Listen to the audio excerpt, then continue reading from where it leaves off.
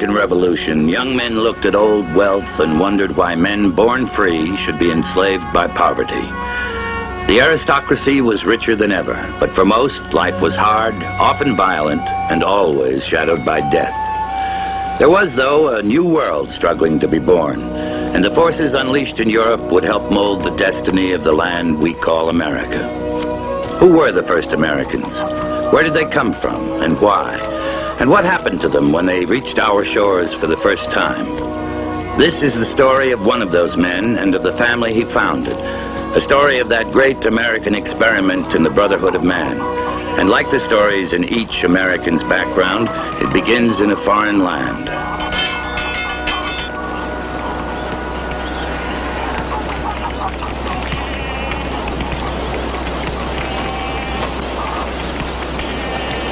You rang, Your Excellency? A good day, August. I have come for the weekly cheese. Is your father here? He's in the house. Dead. Drunk, that is.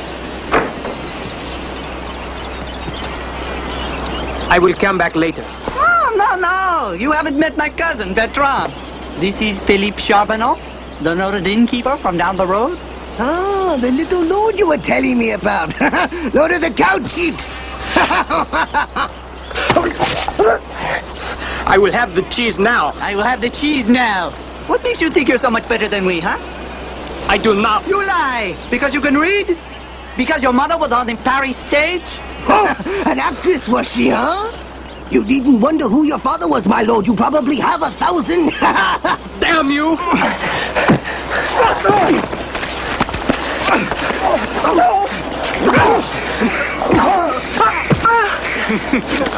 We have those coins now, Your Highness. And a little skinny bargain.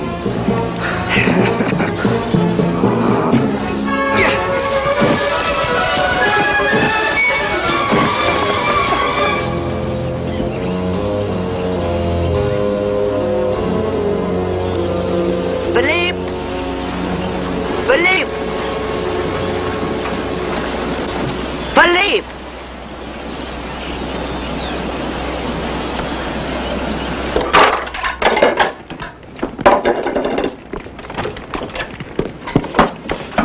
Gerard? Madame? I have told you about these books. I will not have sedition bred under this roof.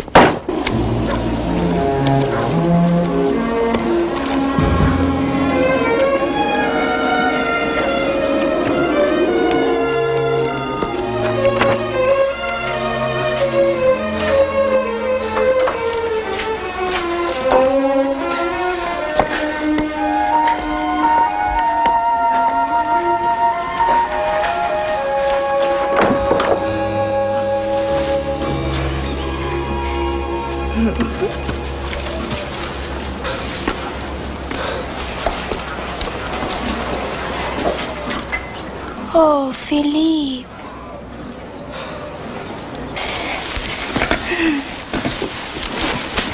Philippe. What happened to you? Oh. Nothing, Charlotte. I just had an accident. I fell down, that's all. Someone beat you. Brigands? Since when have they picked on poor people like us? Charlotte, I'm all right. I just need some sleep. Poor Philippe, here. You need a little wine. Huh? Where did you get the wine, Charlotte? It's my bottle. I keep it put away. And who gets the rest of what you steal, huh? Your family. I drink it all. Oh, and had the loveliest dreams of a certain young man. What a pity they are only dreams and nothing more.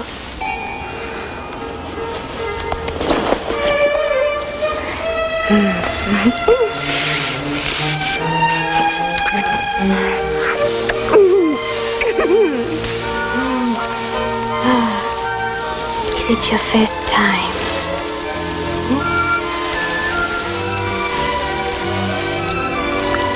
Is it?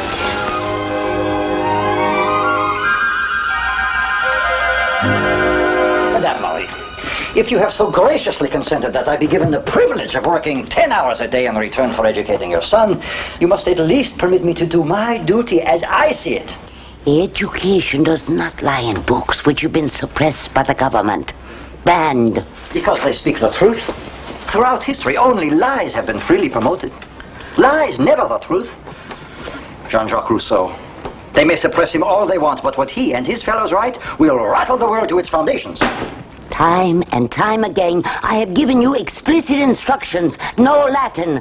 Additions and subtractions and English. No French. English. 2 treatises of government by John Locke, an Englishman. Not this radical rot. Classical works. You are here to prepare Philip's mind for England. Agreed. And I presume that you have instructed our dear buxom Charlotte to handle the rest. Where is she? Racine headed for the stable.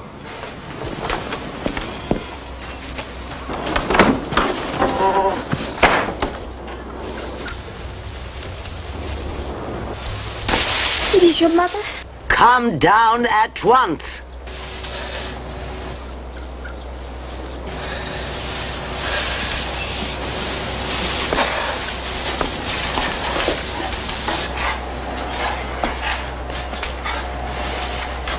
Oh, my God. Did she rake you like that? Madame, You will leave. why? Because I had him? Mama, no. That's it, isn't it? I'm not good enough for your precious little lord. I'm not good enough. When he is a bastard, and you can't even get past the church door because... Mama, no.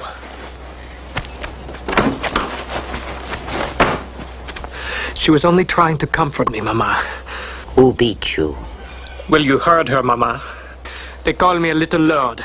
I hear it everywhere I go, and always with a sneer and hate. And I want to know why. And I want to know why not Charlotte. Huh? She was just being kind to me, Mama. I was hurting, and she brought me wine. To trap you. What do you mean to trap me? What if I wish to marry Charlotte? Huh? The boys in the village are fathers at 17, Mama. Marry Charlotte? And why not? Why do you always treat me as though I am different from everyone else? Because you are. How, Mama? Come inside.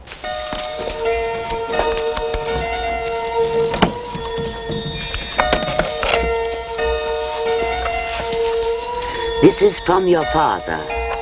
He wrote it in December of 1754. Was that the year he died, Mama? He is not dead. What do you mean he is not dead? It was easier to let you think that. His name is Amberley. James Amberley. Amberley. He is English? Read it.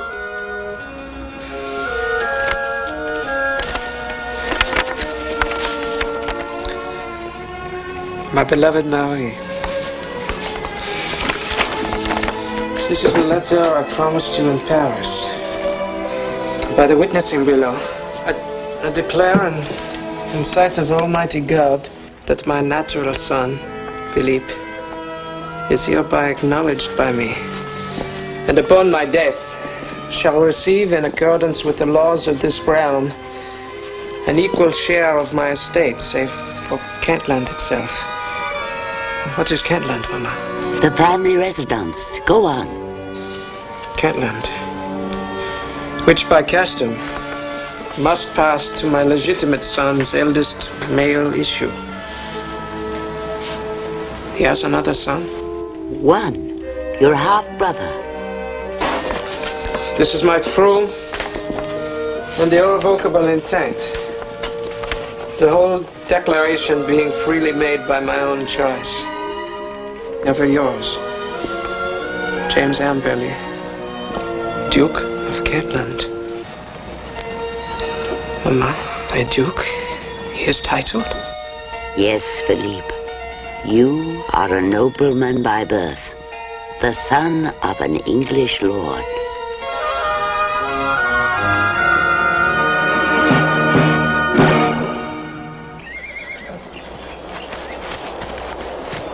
Circle him! Circle him! No! Get back! Ah! Stay away! Stop it! Get back! Get away from me! Ah! Watch out!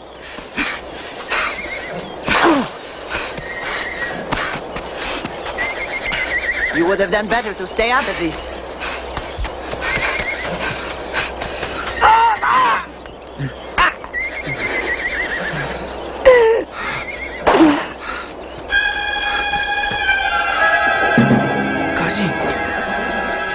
Cousin!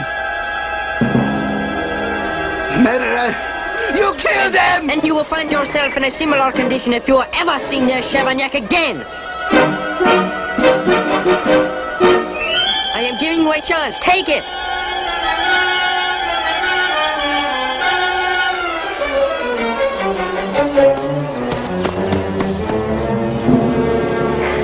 Lucky he knew nothing of firearms.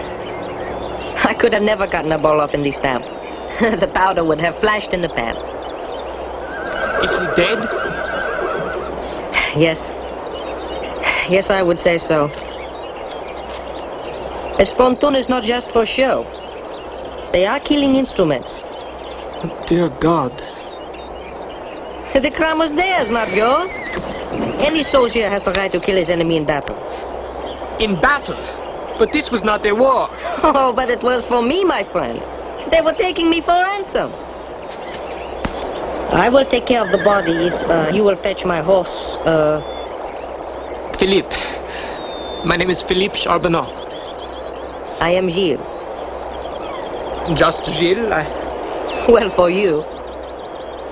For the rest of the world, it is, it's a bit more tedious. I am Marie-Joseph Polive-Roch-Gilbert du Mortier, the Marquis de Lafayette.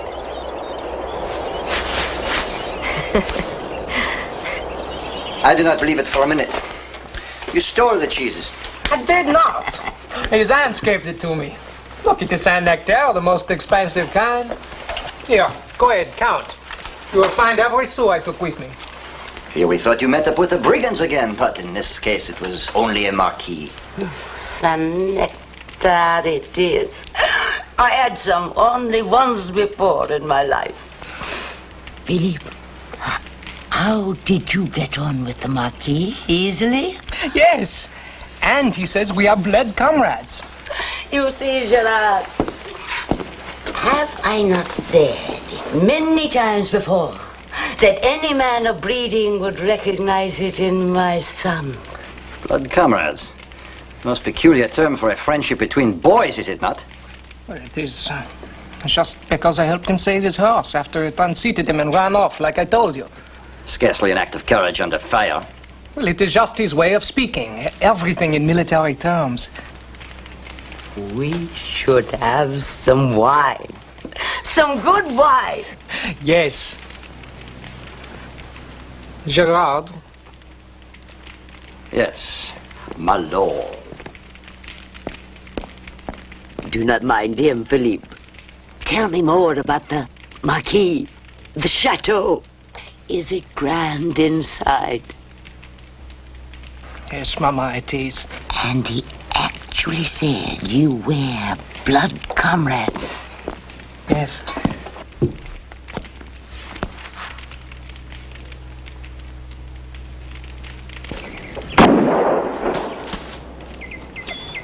Well, do not just stand there. Reload. Oh, faithful Brown Bess. The finest military weapon in the world. You know King George's redcoats can load and fire in 15 seconds.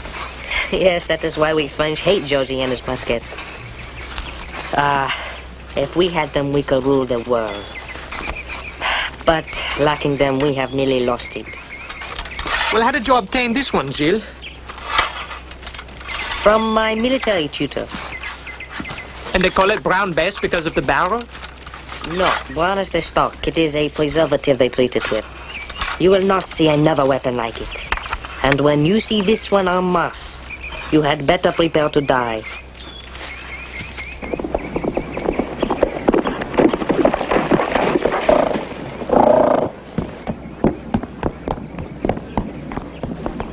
I come from Calais, for Madame Charbonneau.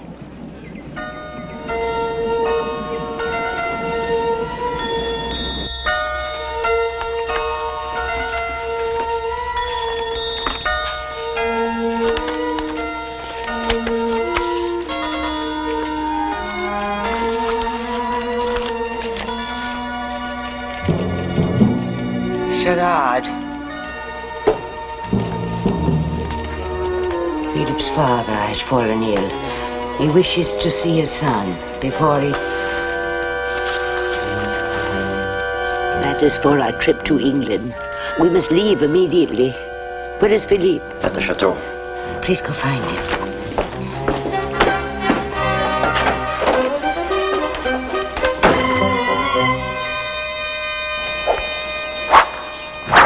En garde. Change. Double change on the retreat. Double change on the retreat. Disengage, lunge. Aha! Now I give you a real lesson. Set. Very prime. Good. Set. Very second on the retreat. Good. Good. Retreat. Good. Good. Good. Good. Set. Very cart on the retreat. Good. Good. Good. Good. Retreat. Retreat. Good. Set. Contact the cart.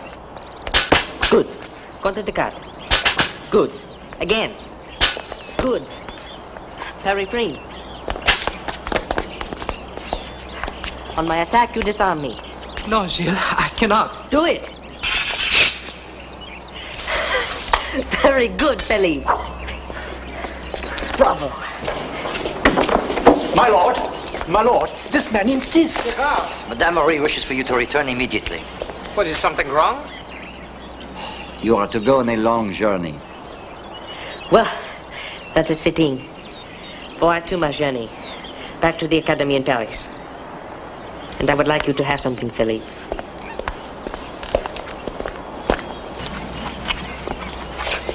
A small token of our friendship.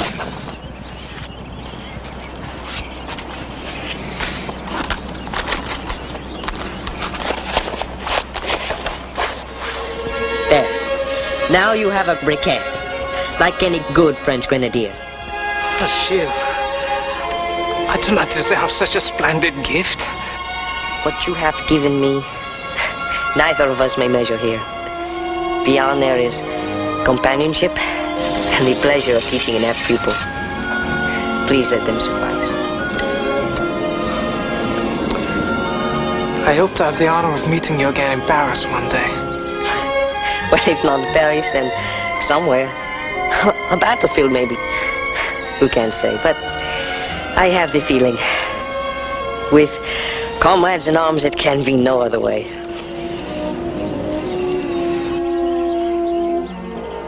Well, you do not approve. Not the gift or the journey. The change. Change? What change? Philippe, I've been your tutor for 5 years. I found you bright, perceptive, honest, with me and with yourself. Will you now tell me there has been no change in you? Well, the whole world is changing, is it not? That is what you've been telling me. We've talked about change for the good. This seems to be another kind. Well, and you? Have you noticed something in yourself lately? Maybe a little envy? Well, still perceptive, eh, Philippe? If not honest. I will not be called dishonest. Not by a man who knew all along why he was here and never told me. Your mother swore me to secrecy. But you were false with me. I was true on things that mattered. But does not my life matter? And what about the life of the Gotthard son who goes to play? Yes, they found his body. Killed by his cousin, they say. He's run off. Not that anyone really cares about either of them. Two useless fools who would never amount to anything. Is that what your friend, the Marquis, would say? Your blood comrade? Does my mother think that? Have you accused me to her? I do not accuse you of anything, Philippe. Except change.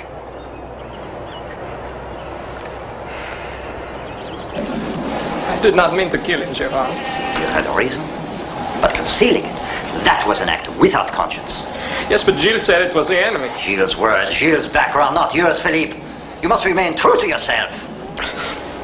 Myself? I do not even know where I am right now.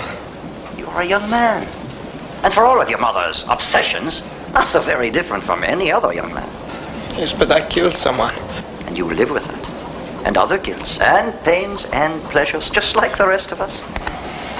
Soon you will learn that our mad master, Jean-Jacques, was right. He said we are all created equal. We are all born in a natural state of freedom. Power is not something which descends in selective rays of light from heaven to touch only a few of the especially appointed, like a king, or a marquis, or a duke. Precisely. Philippe, there is nothing wrong with wishing to better yourself. But it is very wrong to consider yourself as better. I will not, Gerard. Not again. Good. You will go to England. It is what my mother wishes. A good enough reason, I suppose. Before you said that I seemed different too. Envious. Yes. You're right. A part of me does envy any man of wealth. I do not think that in these times I would wish to learn that I belong to a titled family. And why not? Because there are strong winds blowing, Philippe. Intellectuals who declare that contracts between governed and governors can be broken by the will of the people. Politicians like Monsieur Pitt in England, who stand before their own parliament and challenge the right of the English king to tax the American colonials. These strong winds may rise to a gale, to a revolution. Where, Gerard? In England? And in France. If that were to happen, would you support it? I would support any activity against a nobility which considers another human life worthless when their own lives are at stake. I would oppose any man who disposes of an enemy simply because he feels he is shielded from reprisals by his own position. All right. I have been a party to that crime.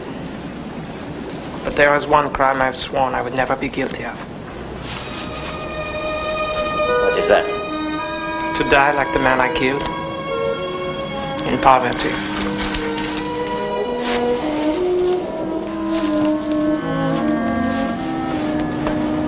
Yes, I'm going to England, Gerard. And I thank you for your friendship. But I'm finished with your books. The point is, Philippe, they have not finished with you. Not with any of us. Here is my gift to you. Not as handsome as that of the Marquis, but every bit as powerful.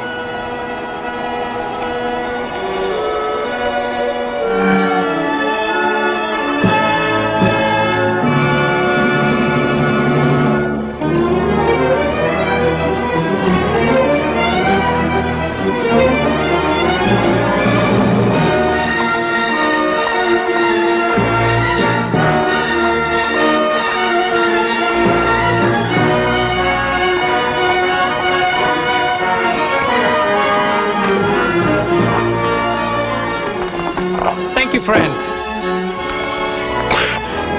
Mama? Mama, you are feverish. I am all right. Damn that English Channel. It is no wonder our armies have never crossed it. Look, Philippe, look. This is what we came for. Mama? Mama, this journey has been very hard on you. We should not have come at all. This is your birthright. Come, we will see your father.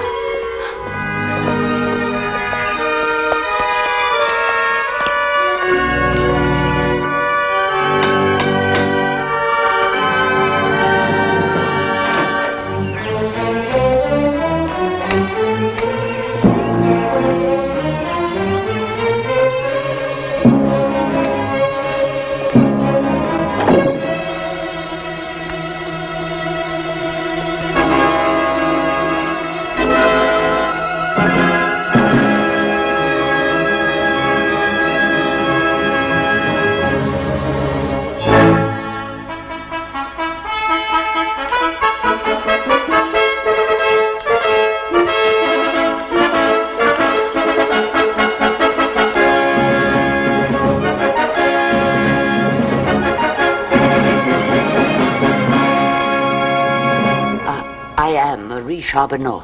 I have brought my son, Philippe. I was not certain you would be able to converse in our language. But since you can, we may conclude our business with greater dispatch. A slight correction, please, my lady. I am not here primarily for business, as you term it. I am here because your husband wishes to see his son. I fear that is quite impossible. Dr. Bleecker is one of London's most respected physicians. He's staying at Kentland to attend my husband. Well, the fate of his son might be the best medicine he could have. True. But as to this particular young man, we have no evidence. I have a letter granting Philippe his rightful share of James Amberley's estate. You know of the letter, and to pretend otherwise... I will have no loud voices in this house, madam. And I am the Duke's voice now. While I live, I will deny the contents of your letter with all my power. And so will I. May I present my son, Roger, and his fiancée, Alicia, daughter of the Earl of Parkhurst. This is the Charbonneau woman. Quite. And this, I supposed half-brother, what? I do think there's a resemblance. None at all. But Roger, my sweet, use your eyes. Mine are perfectly clear, Alicia, dearest. Yours, however, have been dulled by your excessive fondness for claret. You babble.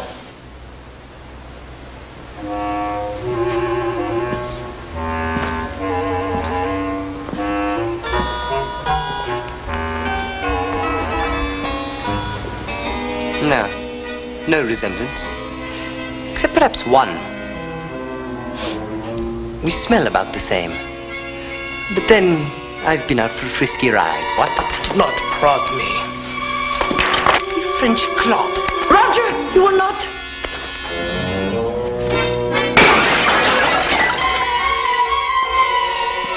Take yourself and this brawling boor from this house. As to which of us is the brawling boor, there is little doubt, milady. Come, Mama. Under the law, I could have you maimed for attacking me. Well, then your laws are as worthless as you are. You French bastard. I don't need the law. I'll see to your punishment myself, thoroughly and well. I shouldn't venture to be too bold, Roger. He appears a match for your own hot temper, and striking him would be like striking yourself. He does have your good looks, after all. Perhaps he's a shade more handsome. I can't quite decide. Can you, Lady Jane? Show them out. That will not be necessary, my lady. We are happy to leave. We do, however, intend to stay in the village until Philip stands at the bedside of James Amberley and is recognized as his son.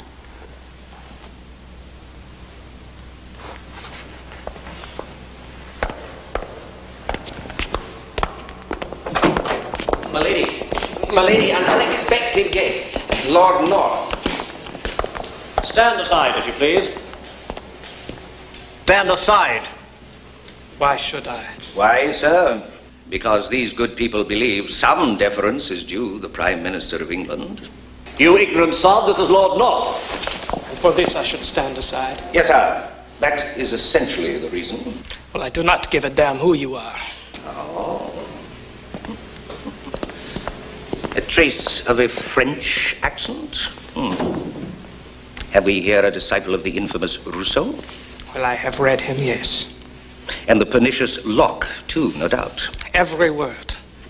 Then, as do they hold you, that the countryman has the same rights as the king, that the power of the former matches that of the latter?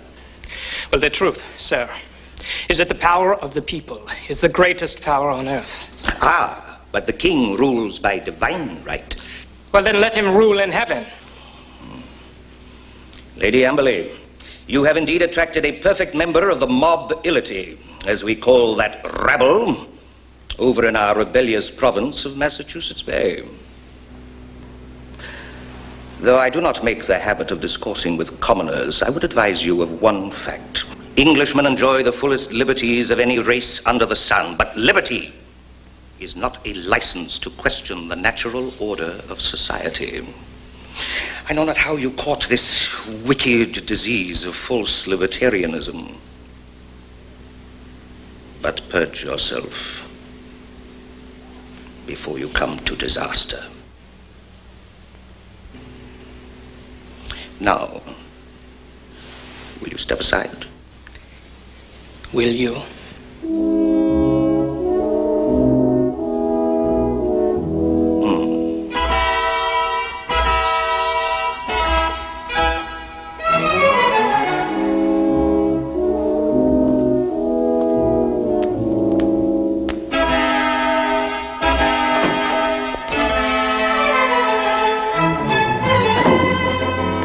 Now that you have met them, Mama, is that really what you want me to be?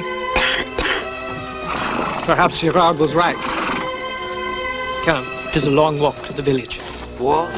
You will find no further favors here.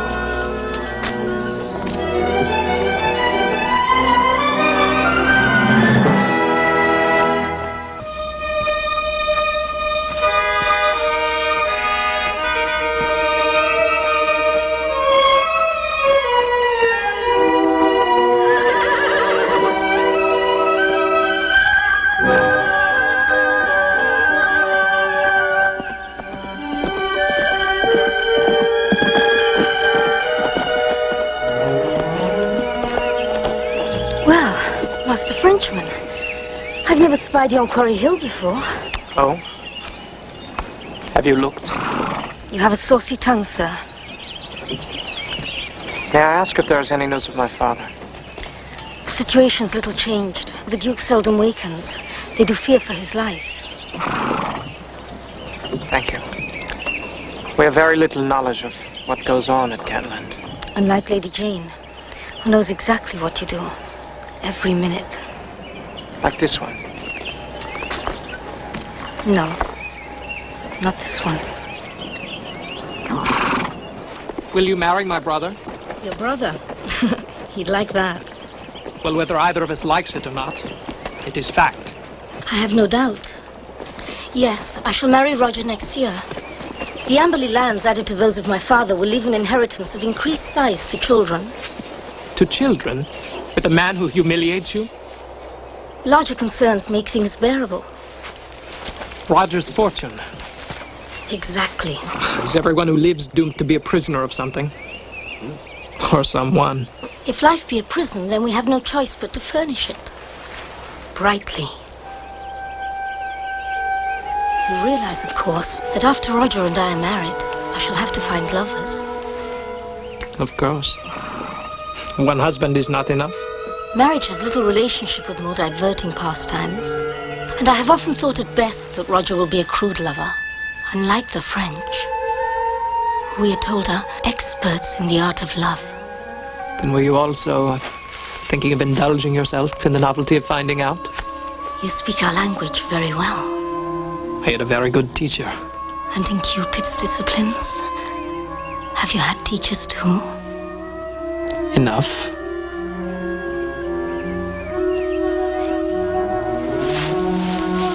And you? Oh, yes. Many. Lady Parkhurst. It seems this conversation has wandered a very long way down an unfamiliar path. Shall return back, Master Frenchman? Can we? I don't think so.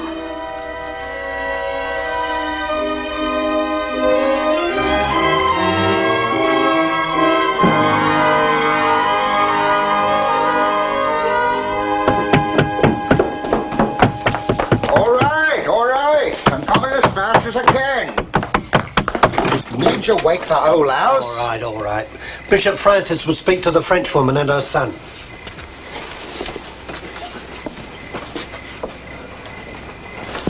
I believe, and I'm sure you will agree, Madame Charbonneau, that the Church must play the role of conciliator, the binder of wounds. And so I've come here to tell you that you are in a most enviable position. Lady Jane wishes you no particular harm and is willing to restrain her son Roger from possible evil. Were it up to him, he would as soon come to the village and murder your son, which, of course, under the law, is quite free to do. That cannot be possible. You will neither be accused nor troubled with an inquiry. Under the secular law, believe me, madame, in striking at the Amberleys, you were struck very high, very high. Such a family is all but invulnerable. No one in the realm would concern themselves with the chance-demise of an itinerant French boy in the village. As the sparrow falls, God's eye is upon it. But alas, not the eyes of a magistrate. As for any claim you have against the eventual estate of the Duke, that is a matter for the courts. Lady Jane, in her position as Duchess of Kentland, can manage that no judgment be published for 10, 20, perhaps 30 years. And even then, the odds are it will go against you. Thus, at this moment, as you sit here, all you can expect is certain bodily harm at the hands of Roger Amberley. In your favor, only the good grace of Lady Jane. Now, to bring an end to this sorry affair, she's willing to grant you the sum of £2,000, which is a grand sum for those of you at such a level of society, shall we say. This sum, in return for the renunciation of a claim to inheritance, and for the document itself. 2,000. No. Your son? Philippe, what kept you? I'm sorry, Mama. I did not mean to alarm you. But this man alarms me. Have they now enlisted the church against us? I was just explaining the alternatives to accepting a most generous proposal from Lady Amberley. Yes, I heard what you said. Then I trust you understand that the facts of the matter are... The facts are no different than when we first knocked at the door of Kentland. James Amberley is my father. The letter is legal. And I believe Lady Jane is afraid. Oh, I can assure you... What if I wait a few more hours, Bishop? What will the price be then? Huh? £5,000? 10,000? I did not come here to negotiate. Good. Because I will accept no less than what is rightfully mine. 1/2. When a man decides to wait for a higher price, he should better first determine whether or not he can survive long enough to receive payment. Madame, you are my only hope in this affair. Talk to your son. Open his eyes. The consequences. Would you put a price on his death? Or show a mother's love and accept the settlement I have here for you now? Philippe. No, Mama. I will not risk your life. Nothing is worth that.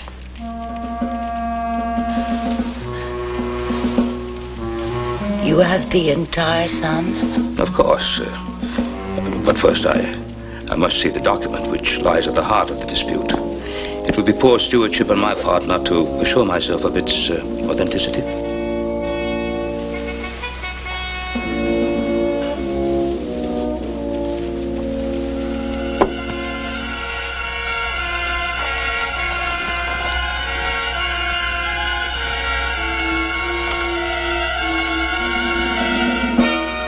Mama! On Christian grounds, of all the suffering this will avoid, I could not be more pleased. This £2,000, it will bring you comfort for many years. That I promised you, Miss. Promised you in Paris. And it is dispatched with all my faith and affection. I rejoice in the birth of his son, whom you have named Philippe.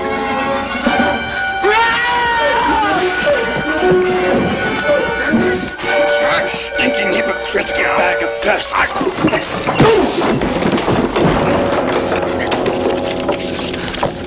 Here, what's going on? Your Excellency. Sir, let me help you.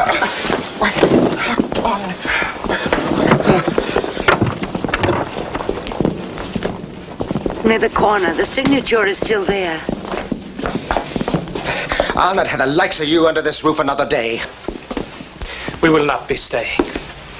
And you can tell the lady that holds your leash that we are coming to Kentland tomorrow. And I will see my father. Impious whoreson. He'll take you for striking a man of the cloth. Yes, it has taken you already. Now get out of here before I break your fat neck. Your Excellency, I pray you don't hold it against this humble house. You'll be out by morning, do you hear? By morning!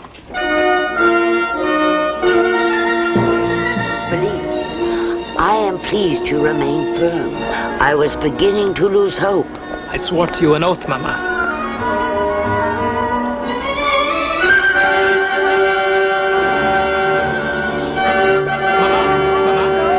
Mama. Please, Mama. Mama, do not. Mama, wait.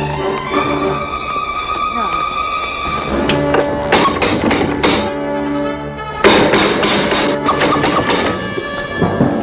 this household is in mourning. Private mourning. Let me in. Let me in! Oh, just let them.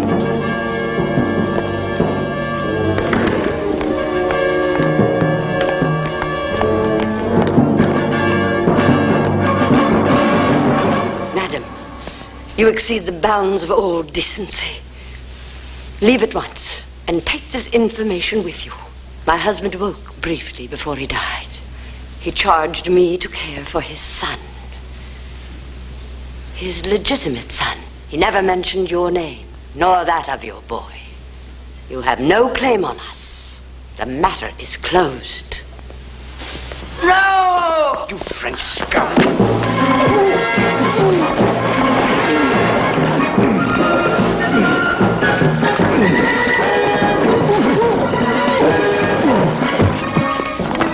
Keep you for tormenting my mother and seducing my fiancée. Yes, she flaunted you. A French lover. French bastard.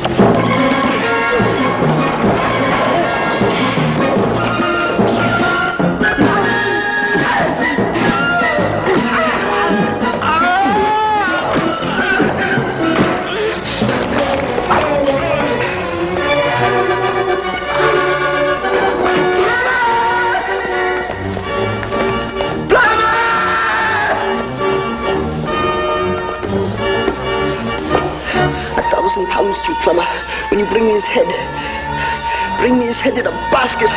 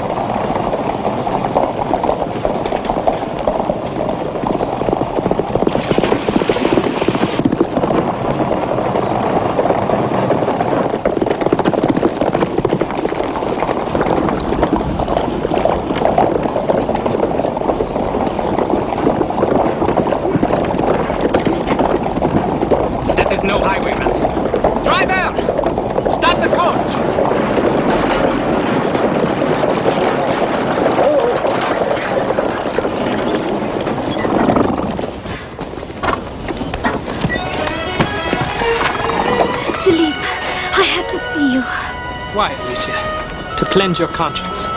One of the servants saw us together. He forced me to tell him. There was nothing I could do. Oh, forgive me. I'm so glad I caught you. But you were right to leave. Dr. Bleeker says he can't save Roger's hand. If he ever sees you again, he'll kill you. Then come with me, Alicia. I can't. That was decided long before Quarry Hill. I want you, Alicia. I do not care about the money or Kentland. But I want you. And I want you. I always will. But you will not come with me. To where? Oblivion?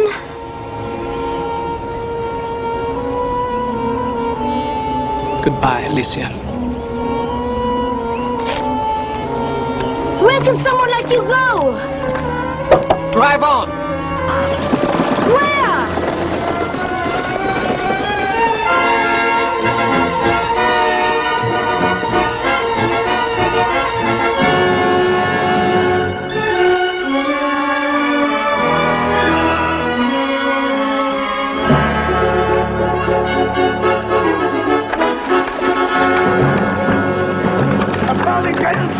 Save the poor from the curse of prison!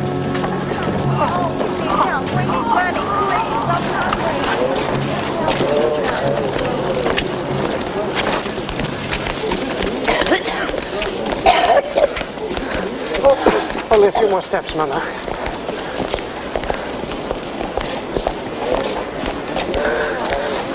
Wait here.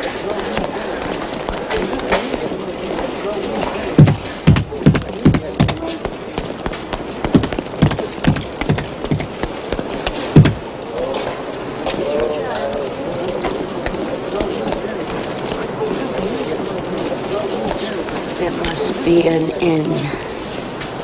We have not enough money for an inn, Mama. But the church doors will be open for Mass at 6. We must wait.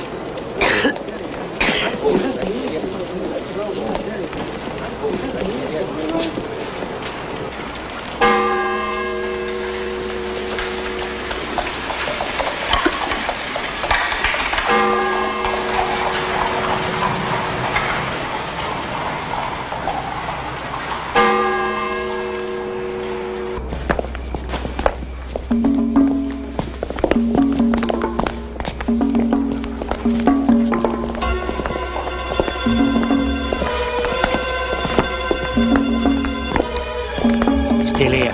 Told you, General. Little box might be jewellery. That long bundle of his might be a sword.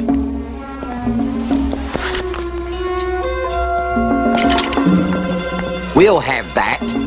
And a jewel box, too. Get away! I said get away! Oh, we caught ourselves a Frenchified rat what swum the channel. All the more reason for him to surrender to His Majesty's subjects. Give us them things, and there'll be no military reprisals against the lady!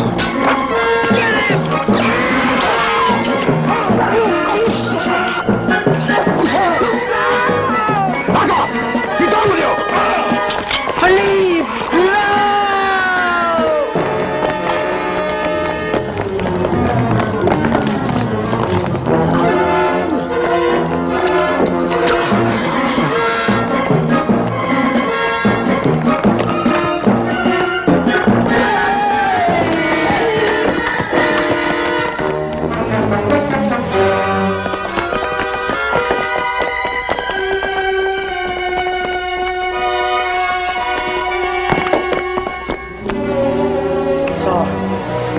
Murder done. To whom should we explain that? We'll explain this to no one. It's vermin squashed, and that's extremely good riddance. Sir, we became aware of this hullabaloo as we came around yon corner. We saw that you were outnumbered. Where's my mother? Sir, your mother is being carefully guarded by our driver. Now, I am Esau Sholto, and this rather tipsy chap here is my brother Hosea. I am most grateful. This man's head is as hot as a kettle. That slash on his neck needs dressing. I don't imagine we could just leave him here. No, brother. I don't imagine we can at that. Up we go. Up we go. Can you hear me? Can you hear me? Yes, I think so. I am Solomon Sholto. This is my wife, Emma. You've already met my two sons. Where have you taken my mother? Your mother is asleep upstairs. We must watch that cough of hers, but no doubt it will mend with rest. You're French, I understand, and were beset by those godless rascals who loiter at St. Paul's after dark. That's all we know. We know not even your name. I am called Philippe Charbonneau. My mother's name is Marie. I came from the province of Auvergne. What brings you to the city?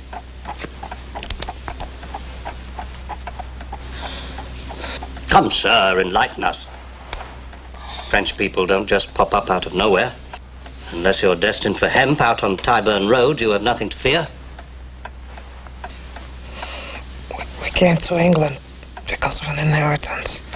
Somehow connected with that box you guarded so carefully? Yes. There is a letter inside. I would have you read it, sir. Young man, we have no wish to pry. So your son saved our lives. We are now in your very own house. You have the right, perhaps even the necessity of knowing exactly who we are. Read it.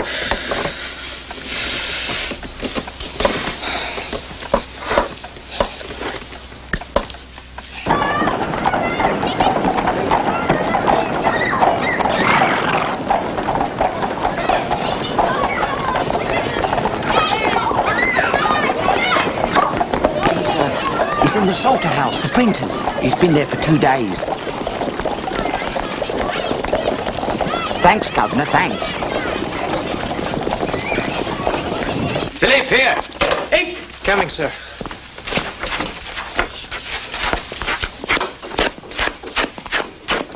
exciting, isn't it? Yes, it is, sir. Although I do not exactly know why. Because this is a battle you can win. Well, it's not that I don't admire your audacity in challenging the Amberleys. But for every twisty-tongued lawyer you can buy, your Duchess can buy bakers 12. And thugs of every ilk, should they be required. Babies from the wrong side of noble blankets on every street in London. But very few of them press their causes to advantage. And with the death of the Duke, I would say your cause is over. But here you stand in the very center of the battle of ideas. The promulgation of those precepts which will change the social order and bring kings tumbling down in favor of eventual democracy. That is what is exciting. That is the battle that counts, boy.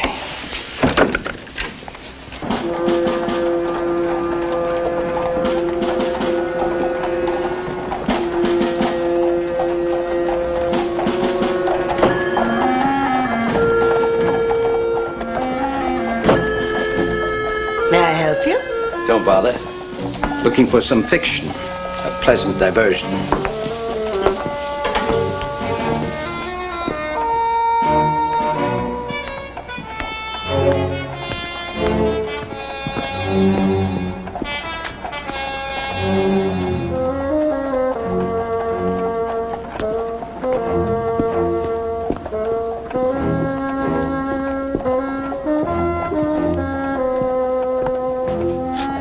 Who is he? I don't know. He just came in. He's looking for some fiction.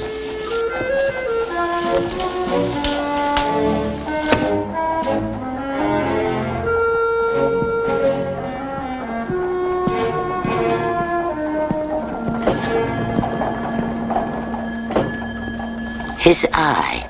I think I've seen him someplace before. Where? Kentland.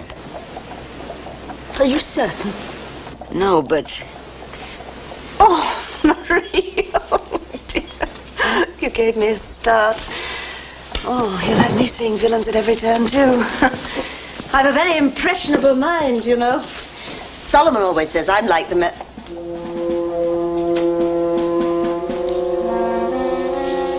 What is it? He said fiction.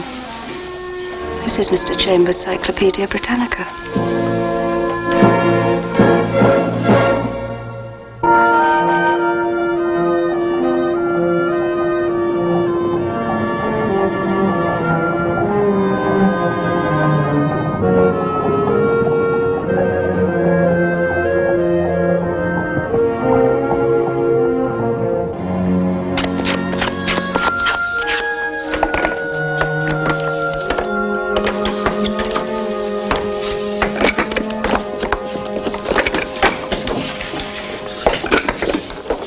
Enough, Philip.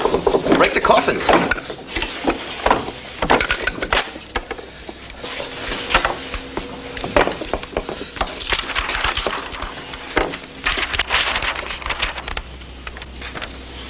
It's perfect.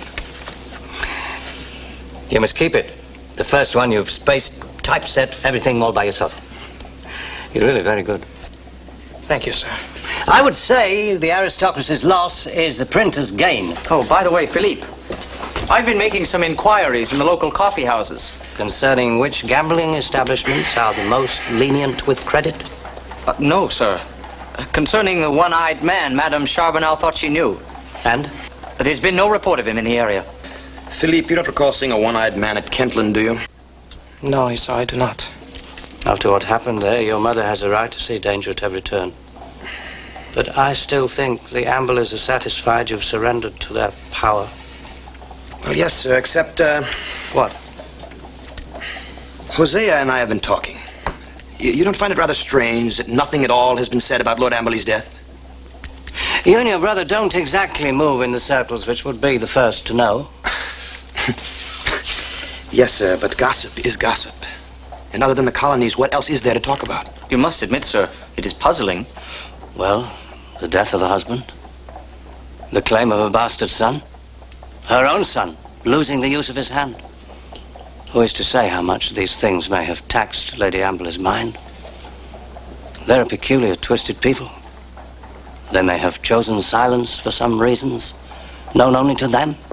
Solomon! Solomon, you must come. We have a visitor. Esau, Hosea, if any word of James Amberley comes to either of you during your rounds, I would appreciate hearing it. Done. Philip, you come up here too. A surprise.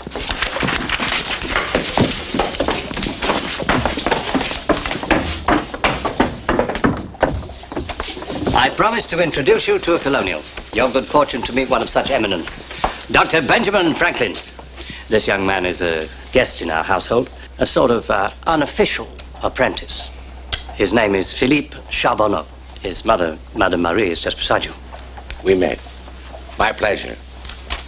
Solomon, I have come here as a delegation of one to inform you that your presence is sorely missed at our gatherings in the Turk's Head, and to assure you that the Whig Party is coming back to life over coffee cups. Work has kept me away, but I'm most grateful for this delegation, and I promise to attend again later. I'm doubly glad that you're the emissary, because I made a promise to Philippe here. Not only does he show an aptitude for the printing trade, but he's an avid reader, and he would dearly love a copy of your observations concerning the increase of mankind. My 2 library copies, alas, are both gone. Well, then you shall come to my lodgings at number 7 on Craven Street, young man. Of an evening, preferably, and the book shall be yours. May I ask, however, the reason for your interest in my paper on population in America? Well, sir... Well, come, out with it. Well, it is the New World, sir. Aye, that it is. And would you be thinking of going there yourself? Not seriously. Oh, well, we'll change that. The opportunities there are unlimited, particularly for an ambitious young fellow who can ply a press. Before I rose to my present position of eminence,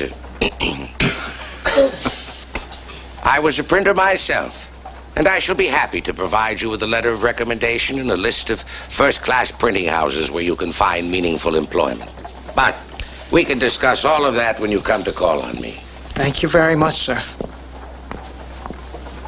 And you, Solomon, rush orders or not, your friends will be expecting you at the Turk's Head within a fortnight.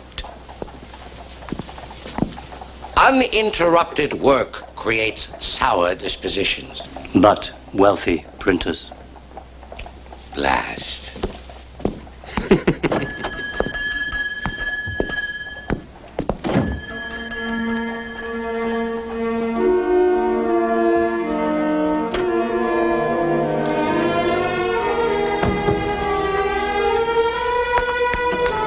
Philippe! You should not be outside, Mama. You are going to Dr. Franklin's? Yes, I am. You did not tell me about America. Well, there has not been anything to tell, Mama. Can you even entertain the idea of another country when there's wealth, position, power waiting for you right here in England? Kentland, let it die, Mama. You swore an oath. I swore not to live and die in poverty. I found a worthy occupation, Mama, as a printer. A tradesman? You are a nobleman. Yes, Mama, yes. But right now I must go. I do not want to be late. I do not care what Dr. Franklin says to you, what he promises. He asked me to come, Mama. Me. He's a great man. I am flattered, that is all. Now, please, go inside. The damp is not good for you.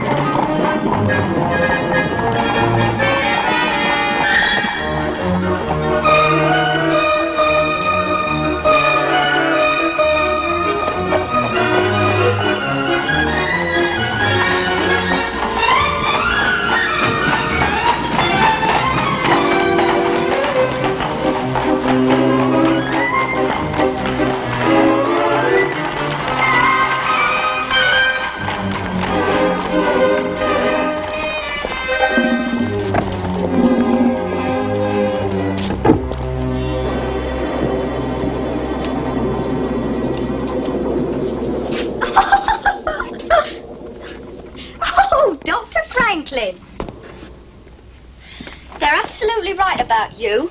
You are mad. Hello. What have we here? Well, I've come to see Dr. Franklin, but, well, maybe it is not the right time now. Why not? If he received me in his condition, he should have no reason not to receive you. You do know him? Oh, yes, madame. My name is Charbonneau, Philippe Charbonneau. Madame. I like that.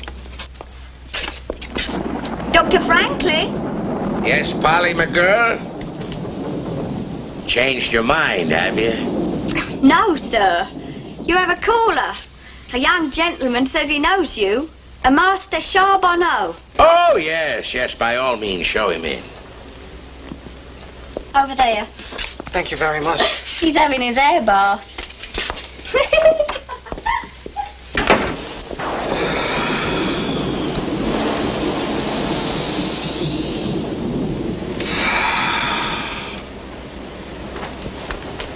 Ah, Charbonneau, good of you to come. Have a chair. Help yourself to some of that Madeira. I'll be through with my air bath in just a few moments.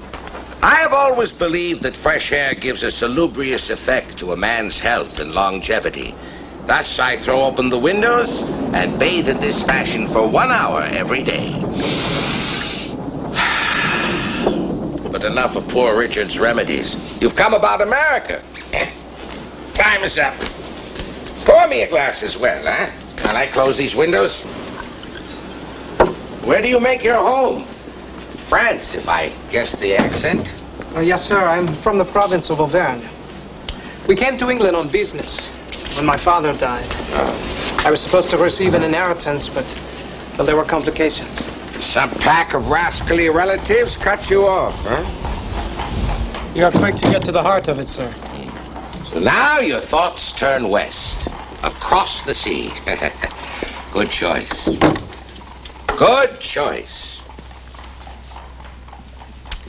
In America, a man is free to rise as far and as fast as his wits and wisdom will permit. We are spared the constraints of the antique European custom of nobility and privilege. I would say that America in the immediate future represents a unique combination of opportunity and risk. Yes, risk. You see, the good King German George simply fails to understand the American temper. We seek only justice, not enmity. But if he continues to force the issue with his infernal taxes and decrees, well then, Mr. Charbonneau, you will see 13 colonies pull and haul together as they have never done. We shall have justice. We have to light the fire and forge it ourselves. More Madeira. If I'm not depressing you, I'm depressing myself. And you want to have a look at that book I promised, eh? Inside, you will find the promised letter of recommendation. Thank you. And a list of good printing houses in the major cities. In America, you should establish yourself in no time at all. You have been unbelievably kind to me, sir. I can do no less for a marked man. I myself am considered subversive by the Crown, and to travel Craven Street is deemed dangerous. Yeah?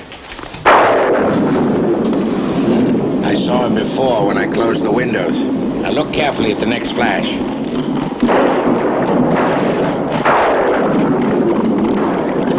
Still want to take up with us Americans?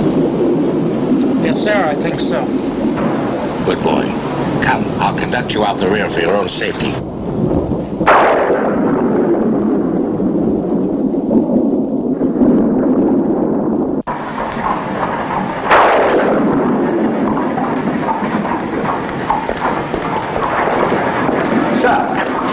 Here's a present from the man you maimed.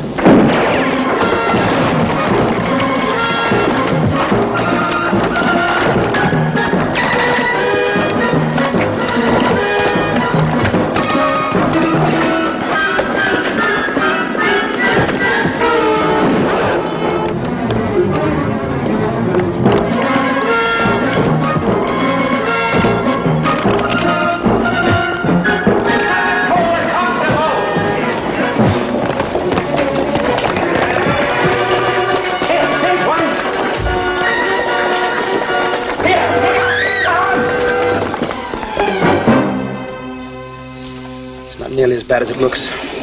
One inch to the left. Are you quite sure it's the man who came here? Yes. Hired by the Amberleys. But the very fact they sought you, Philippe, proves they fear your claim. Mama, they are powerful enough to strike down any claim they wish just by manipulating the law. It is me Roger wanted, in payment for what I did to him, pure and simple. Revenge. And even if I'd killed his one-eyed assassin, he would just send another one, and then another, until the task was finished. Mama, we cannot repay the Sholtos for their kindness by exposing them to danger. We must leave London. Philippe, let us suppose they anticipate your flight. All the Channel ports will be watched. Every passage to France. Yes, sir, I know that. We will go in the other direction. The colonies? I can find employment there, you saw. Especially with the letter from Dr. Franklin. My mother has been saving money. Never! That money is for the lawyers, for the claim. I will not go. I will not. Mama, it is my life thereafter. And if you want me here, then you want me dead. Tomorrow morning we go to Bristol City.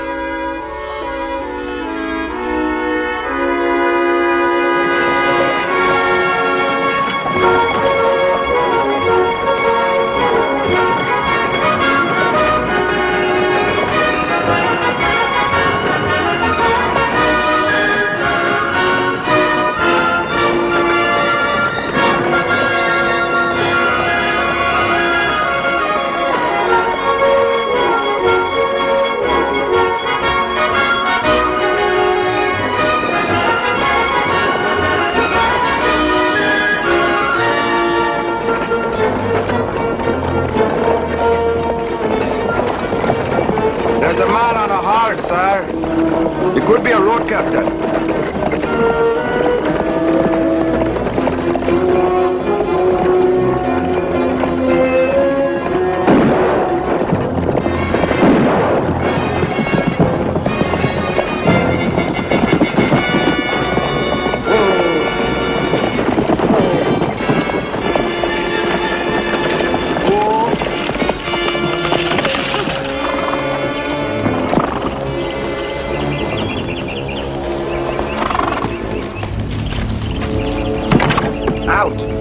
Out, all of you. Keep your wits about you and hand us your valuables and you'll not get hurt. Right, Captain? Well said. Now, I be Captain Plummer, at your service. All you passengers on the roof, step down. I said down. Especially you, Mr. Frenchman. There's one left, Captain, a woman. Drag her out.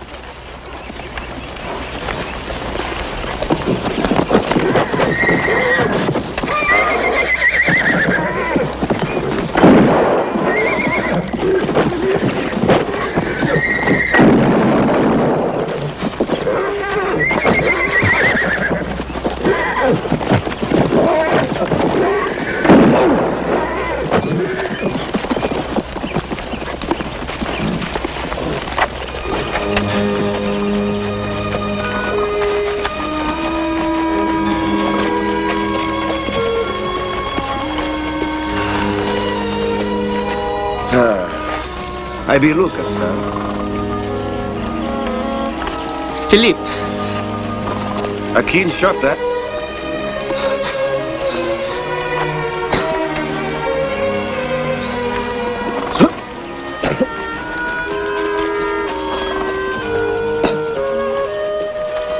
There's no shame in it, sir.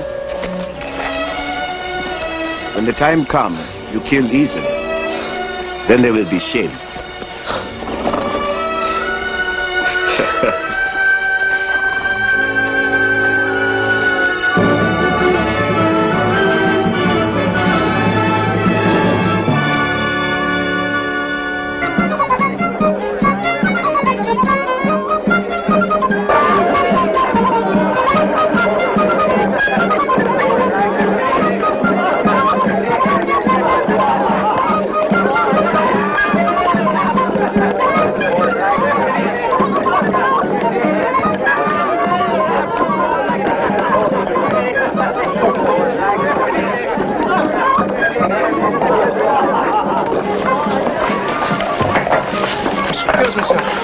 Could you tell me where I might find Captain Caleb?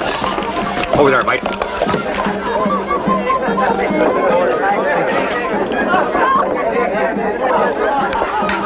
Excuse me, sir. Are you Captain Caleb? Aye. The man on your ship said that I would find you here. I have a full crew already, son. Well, I'm not seeking employment, sir. I need passage. And you are sailing for America, no? There's one small cabin. Just one. 50 quid. 50 quid? I'm sorry, sir. I do not know how much that is. We have only 7 pounds. We? Well, yes. My mother and I. It is all the money we have. Are you sure she's up to the crossing? It is imperative we go, sir. Not in trouble, are you? Runaway bond servant? No, I am a free man. French? My mother is. My father was English. Well, I don't know, lad. Like I said, there's only the one cabin. Oh, we will take it, sir. That is, if the money will buy it. And if it will not, I would gladly work. Anything you need done. Have you sailed before? Sailed? Well, sir, as you know, the English Channel lies between my mother and my father. Well, of course, many times. No, sir. I have not sailed. Well, except to come here for the first time a few weeks ago, and well, the sea was so heavy I did not make the voyage well at all. But I will work, sir. I will work harder than anyone on the crew, please. You know what a scullery looks like? Well, I was brought up at an inn. I've served table all my life. I can clean pot like nobody and scrub the floors, the tables, the stove. I will keep things spotless for you, sir. That is a promise. What's your name, lad? Philippe Charbonneau. You said your father's English. Yes, sir, I did. I am a bastard. But I am told there is a place for every man in America.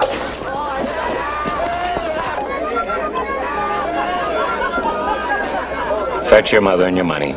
You'll sleep aboard tonight and serve the morning meal under sail. Yes, sir. Thank you. I'm very grateful. Thank you, sir. Mama, he will take us. He's going to let me work for part of the passage money. Mama, we are going. Look, I will give him the 7 pounds now.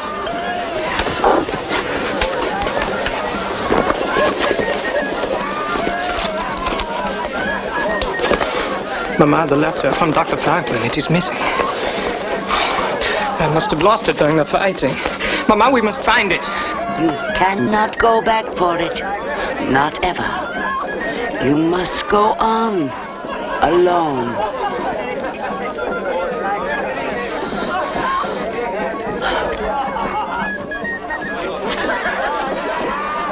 Oh, no, Mama. I cannot help any more, Philippe. But you must go. And remember your oath, Philippe.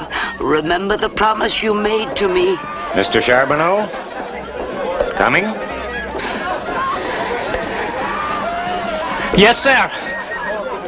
We are coming.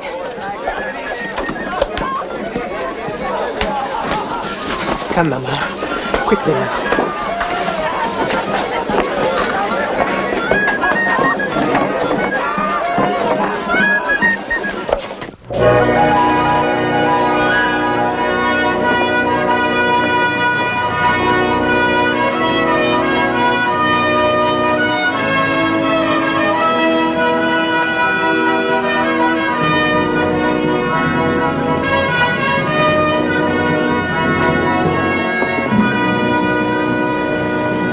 Mama, you should not be standing here. Please sit.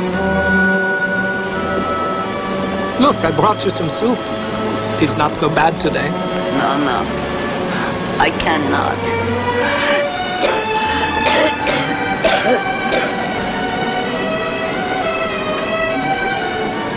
Philippe, help me.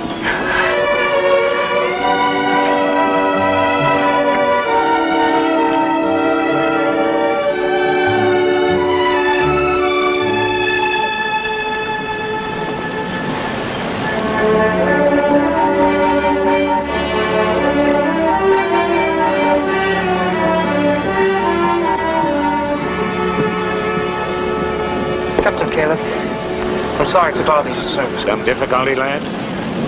My mother, sir. She's not well, as you know. Well, it is a sickness she's had before, but now it is worse. Much worse. Is there anyone on the ship who has medical skill? The Eclipse is a commercial vessel. We can't afford the luxury of a doctor. Seems I made the wrong choice. What man doesn't? Almost hourly. Do you have any idea of what might ail your mother? Fever. She coughs quite a bit. Her lungs are weak, I know that, but I fear it is something else now, sir. What? I'm afraid it is her mind, too. Her mind? It is as though she has lost the will to live. I do not know. Maybe it is the strain, the idea of going somewhere else to start all over again as a stranger. I took her below, sir. But she still refuses to eat. I have to do something. I'm sorry, son. There's no way I can turn the Eclipse back to England.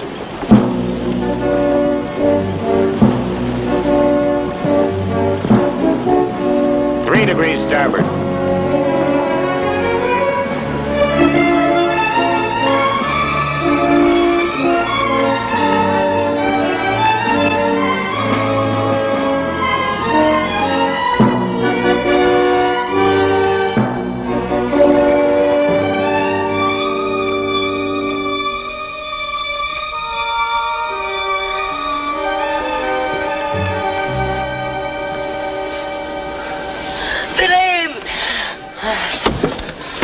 Yes, Mama.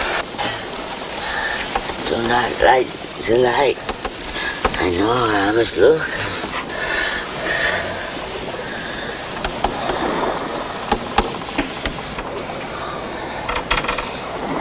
Mama.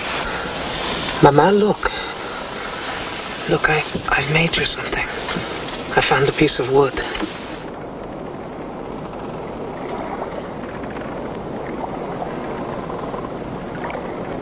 They could never go to church. Not after Paris.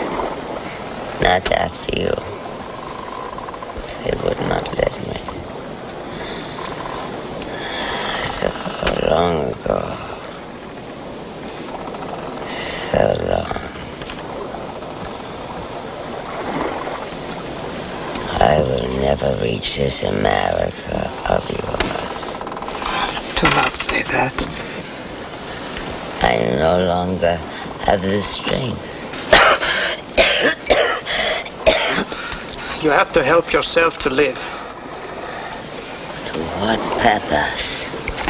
Your father is dead. So is everything I hope for you. That wicked family. Not now, Mama.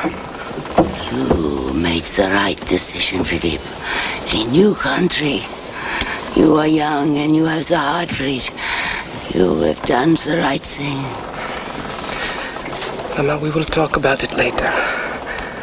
Right now, you should get some rest. Once I made you swear an oath. A hopeless oath. You must forget that, Philippe. Forget that. I now beg you only for a promise. What, Mama? Promise me that in the new land you will strive to be a man of position, a man of wealth. Then someday you can return to England and repay them. Repay them. Damn their arrogant souls.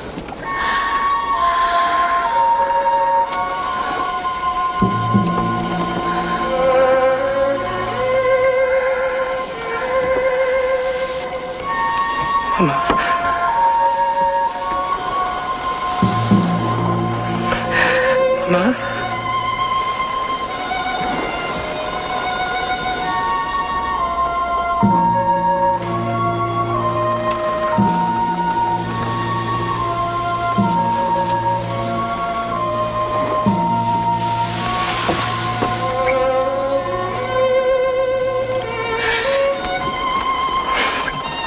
I promise you that, Mama. I promise.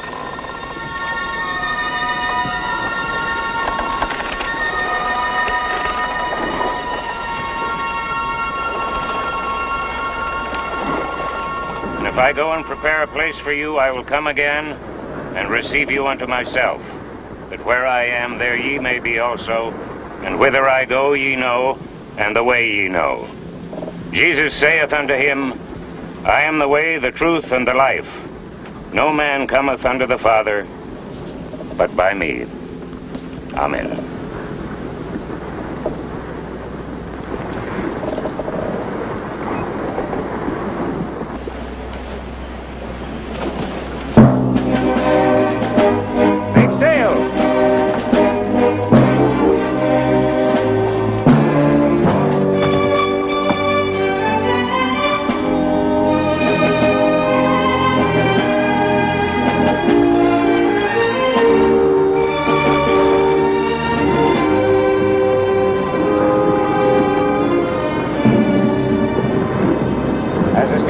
I've had too much to do with lawyers and their contracts and agreements. In my opinion, this document is as binding as one could be in the civilized world. Not that you could ever enforce it. Point is, your half-brother can never rest until he knows that this is destroyed. It can only haunt him. Ahead of you lies the new world, a new life. Why not start as a new man entirely, with a new identity, a new name? Think upon it. Yes, sir, I will. I must be back to the helm. Philippe, to lose the woman who gives you life, that's no easy thing.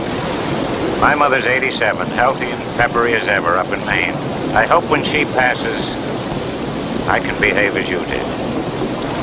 You took it as a man.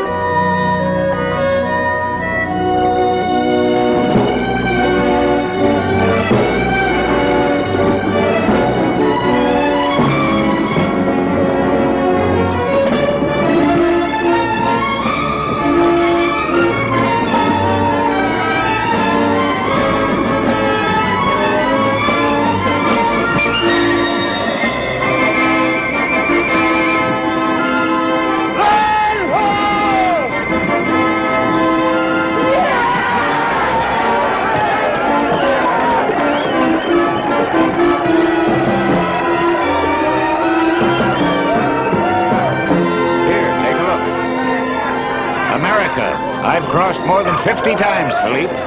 Always gives me a shiver. Yes, I felt that shiver too, sir. But it is no longer Philippe. From now on, I am Philip Kent. Aye, Mr. Kent, so be it. Not every man gets the chance to be born twice. Make the most of it. Aye, sir. I will.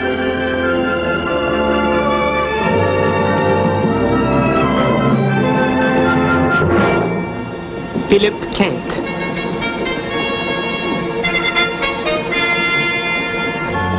Philip Kent. Philip Kent.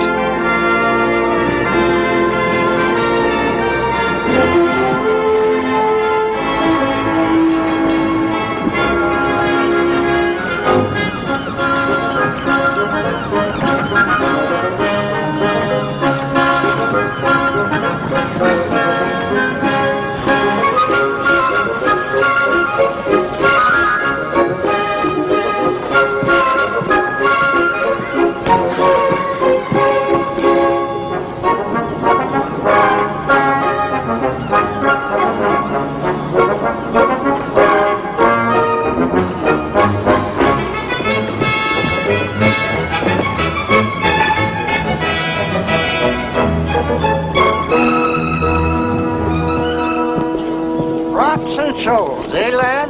Sir? I see you've come to in love. Well, I was just wondering, sir. If you were in the right part. No, which way to go? For what? Work? Yeah. Well, best you could do for yourself in that case is heave to and sign on again with Will Caleb there. No finer skipper in all New England. I'm afraid the sea is not for me, sir.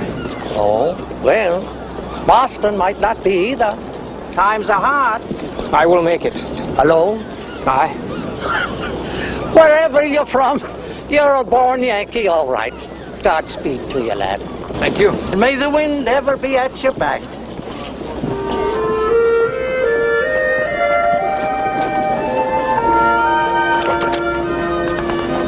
I'm sorry. I wish I knew of something for you. Have you tried Mr. Rankin? Rankin? No, ma'am. Well, if anybody has work, he would. The Blue Anchor Tavern across the way. Thank you very much. Should have thought of that before you shipped, lad. I don't know anybody in town that's looking for help.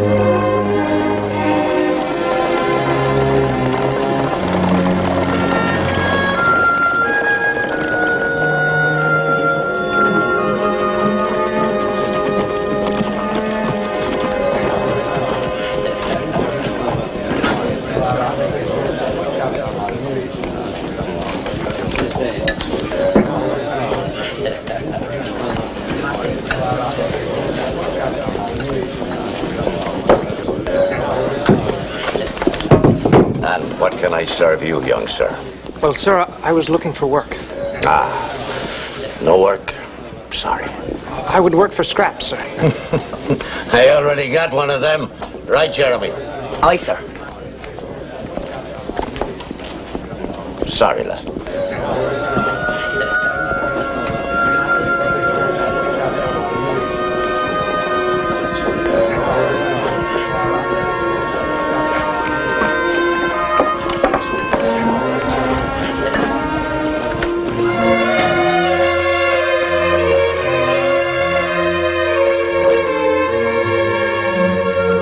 It has been said that the secret of America lies in the fact she is a nation of immigrants, a society of people who built new lives in a strange country, survivors of exile, fugitives, rebels.